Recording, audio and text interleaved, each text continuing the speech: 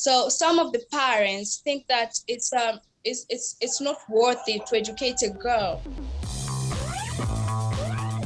I grew up in hip hop, and what hip hop is like culture and like a language, like a phenomenon that, inspires.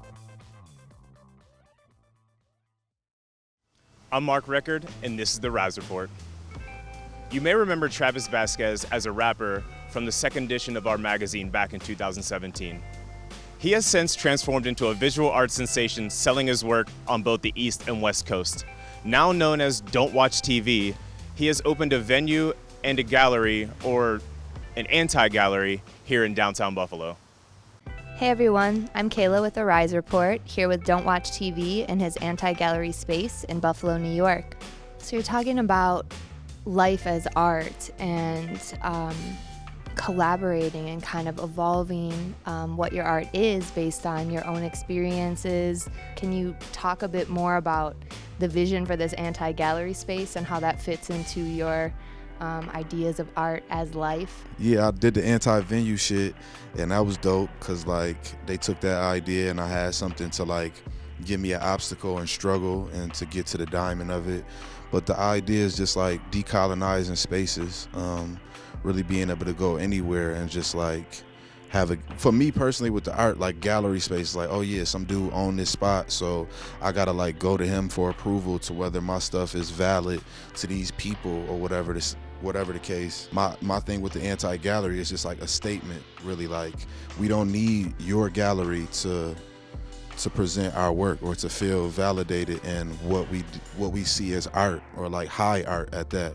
It's like I know the power, I know the strength in the ideas and the art, and putting that together in a space, like that's what hip hop is to me. Like whatever these galleries is trying to do is like a watered down version of what, for me, and I'm not saying it for no, this is just my mind on it, because like I grew up in hip hop, and what hip hop is like culture and like a language, like a phenomenon that, inspires. And it did that more for me than like art galleries. Like art galleries just showed me shit that looked nice, didn't really speak to me necessarily.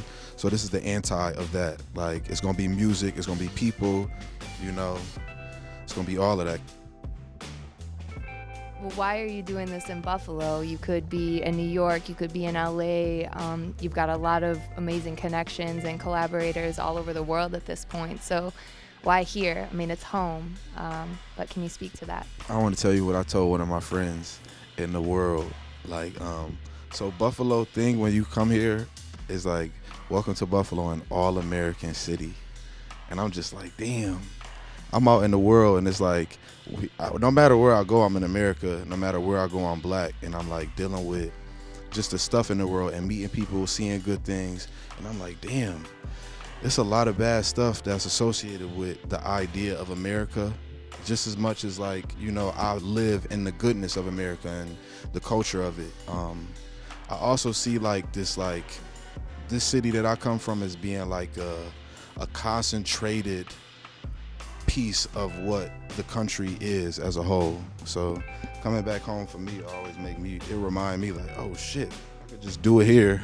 I don't feel as trapped because like I'm not stuck here, and like I've been other places to like stretch my mind and where I can go. Like now I'm like, oh yeah, I can take this to fucking Jay-Z. Like that shit is crazy. You know what I'm saying? I know the shit that I'm doing is like, it's reaching them. So like, all right, now I just gotta like focus on me.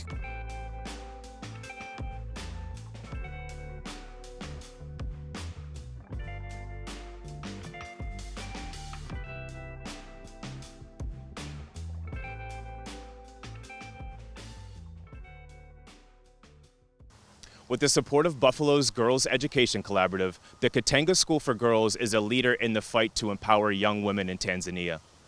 The fight for equal rights for women is fought on many different planes. In Tanzania, that fight includes allowing girls to receive an education to escape genital mutilation and forced marriages. We spoke with Paris, a recent graduate of the Kitenga School for Girls, about her experience and plans for the future. Okay, cool. So I'm just going to jump right into the questions then, Paris, if that's cool with you. So my first question is, what can you tell me about what are the most common and biggest challenges for adolescent girls in your country of Tanzania? Okay, so early marriage and female genital mutilation are the biggest and common challenges for adolescent girls in our country of Tanzania. Yeah. Mhm. And why do you believe that girls are subjected to traditions like child marriage and female genital mutilation? And why do you think it continues? So some of the parents think that it's not worthy to educate a girl, and therefore they base more to boys than girls. Actually, female genital mutilation and child marriage are kind of similar. If one is circumcised, then is considered an adult and able to take care of family, then she can be married. And it's mostly around 12 years old to 14 and some 16. And that is probably around when someone has graduated from primary level. Therefore, when she is circumcised, she gets a high bride price from the older polygamous men who want to marry young children. And that's why it's considered as child marriage. It's very rare to find a young boy marrying another girl. It happens, but it's not that common. It's mostly common to older men giving out high bride prices to girls who have been circumcised. And I think it continues because it's a one way of earning the family money. The bride price is actually from 5 cows to 8 cows up to 10. But for the old days, it was actually up to 40 cows. So up to now, they still continue it because it helps them in sustaining their lives, but also in paying for the school fees of the boys to get on with their studies, but not the girls. Yeah. And do you feel that gender-based attitudes and the way things are done are changing in your country? Are these issues being openly discussed? Yes, gender-based attitudes are actually changing in our country. These issues are openly discussed. Many people are now rising up to discuss these issues openly and making everyone aware of what is going on. It's mostly in the rural areas where many things are happening and they are not discovered by the public and they are not known. That's why whoever gets education and wants to save maybe their family or the clan, and they try to say these issues openly to different people so that they can be known and actions can be taken on them. Therefore, they are actually changing. Yeah. And who are the people in your country leading this change?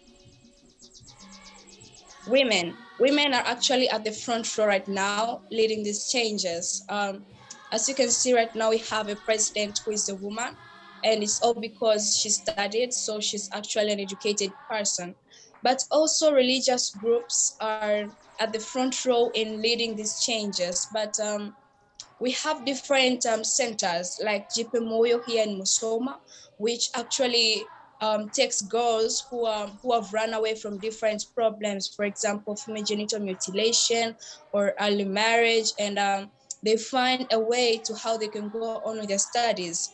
And therefore, religious groups and women are actually the main activists in this kind of changes. I can also not say that men are not taking part, because there's the government and men are also included. They are also standing up and fighting for the rights of the women. So many people are actually leading the changes. Yeah. That's awesome. And so you attended a high quality and all girls residential school. What advantages do you think that experience brought you as you now navigate an environment that can be challenging for females? Attending a high quality and residential all girls school has actually helped me in building self-confidence in myself. When I was in primary, I was not able to stand in front of many people and speak up, though I was able to give out speeches and participate in debates. But it actually became different when I joined secondary school. They have these ways of how we can exchange different ideas, and we can research and learn on things that we want to know and we would like to know more about them. Then we can share it with other people. So they give us a lot of opportunities and chances to meet new people, but also to discuss what we think about and how to come into a conclusion, all of us in agreeing with one thing. So it actually helped me in building my self-confidence, being able to stand and speak up, then people listening and understanding. It's actually a good thing. All that is thank the school. Yeah. That's wonderful. And so what are your personal plans for the future? Actually, right now is acquiring higher education as I start from A levels, advanced levels, which I start next Monday. And it actually takes 2 years. And then after that, I would like to join the university studying about international relations. I would like to do more with relations among nations, my nation and other nations, representing my country in another country. So probably I'd like to be an ambassador dealing with international relations. Even diplomacy works for me. Yeah. Well, thank you for talking with us today. I really appreciate it, and this was super informative, and I think people are going to really like learning about your story.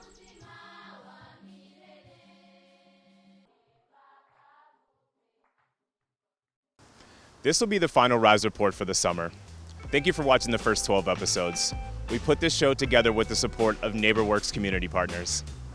Take control of your energy bills with a home energy assessment through the Home Performance with Energy Star program. To learn more, visit nwcpbuffalo.org/energy-audit.